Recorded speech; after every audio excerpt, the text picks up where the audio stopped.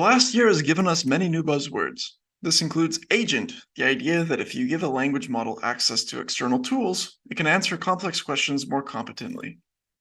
To learn more and to find out whether agent is a buzzword, I spoke to Ted Benson, who has a PhD in computer science from MIT and is founder and CEO of Steamship, a startup specializing in building and scaling AI agents. He spoke to me about agents, AI startups, and how he envisions the tech industry moving forward with AI.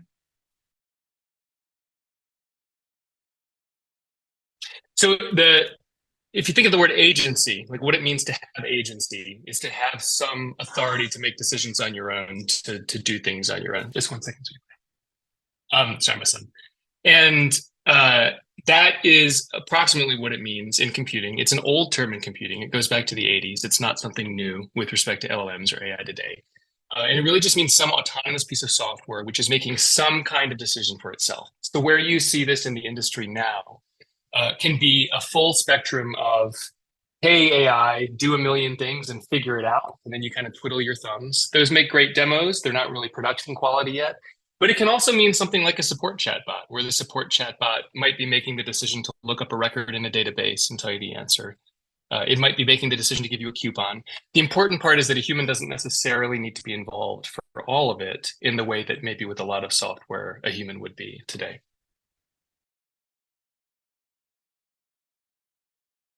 So they've been around for decades. With respect to language models, some of the experiments that got people using the term again were when folks started using kind of like an iterative loop where the language model was asked to come up with a plan and then execute each step in the plan.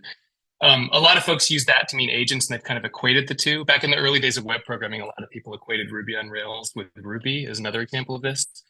And so the Baby API and AutoGPT are examples of this. I think more generally, some people are calling it the agentic model of programming is approximately, I think I'm a software engineer, so I think of it from a software engineering perspective. It's one where the LLM has some capacity to invoke tooling that the programmer has endowed it with. And so this is a form of embodiment. The tooling might be to generate an image for you. The tooling might be to issue you a coupon. The tooling might be to log into Upwork and hire a contractor to assemble an army to take over the world. In all of these cases, it's some capability that the LLM is endowed with, that the LLM can then self-reason and say, I think the next step for me ought to be this. And that reasoning loop, I think, to your question of when did people start really talking about these and where are they going? I think when people started building these reasoning loops, that's when it really started entering kind of the popular conversation again, because you can give the LLM a high-level objective, and there's certain ways you can coerce it to have this reasoning loop and then break down each step into some invocation or multiple invocations of some externalized tool, it tends to be. Get the results of that, think again, and then decide what to do. And so that the answer to does it work or does it not work, which is I think the real, like the attached really important question is sort of yes, no, like it depends completely on the complexity of the problem, how good the LLM is, how good is. And so we're kind of in a wild west right now where I think it's definitely true. I think it would be hard to argue with the fact that this is going to have a lot of mileage as an industry that we're going to get out of it.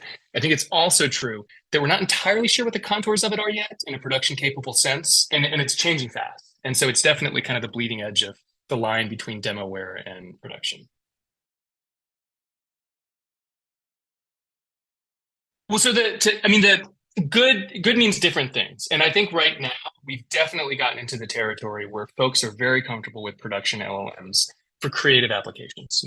Tell me a story, talk to me as if you were a pirate, these kinds of things. And that's actually legit big business right now. Think of it as a new form of video gaming.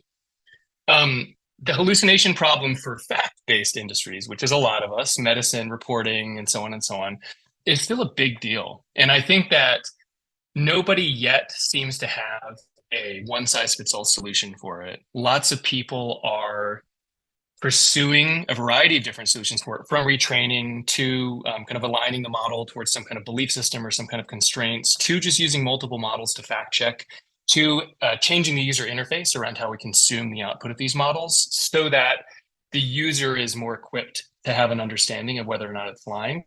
But nobody yet, I think, has the answer with a capital A. And it's something that we definitely are going to have a lot of work to deal with, because in some ways, the same thing that causes the LLM to hallucinate is the thing that causes the LLM to be so powerful and adaptive in general.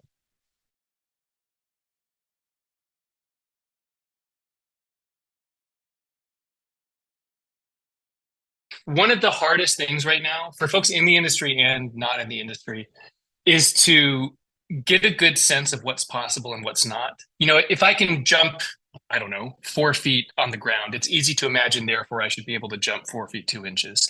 And we kind of have that natural sense of extrapolation for so many things in life. I think what works and what doesn't work in AI is really tricky. So I interact with a lot of folks who want to build things because I run Steamship, which is it's an agent hosting platform that people use to build things like newsroom bots and other things. And one of the common situations that we run into is folks coming up with, call it like we need a requirement list, like we need it to do X, Y, Z.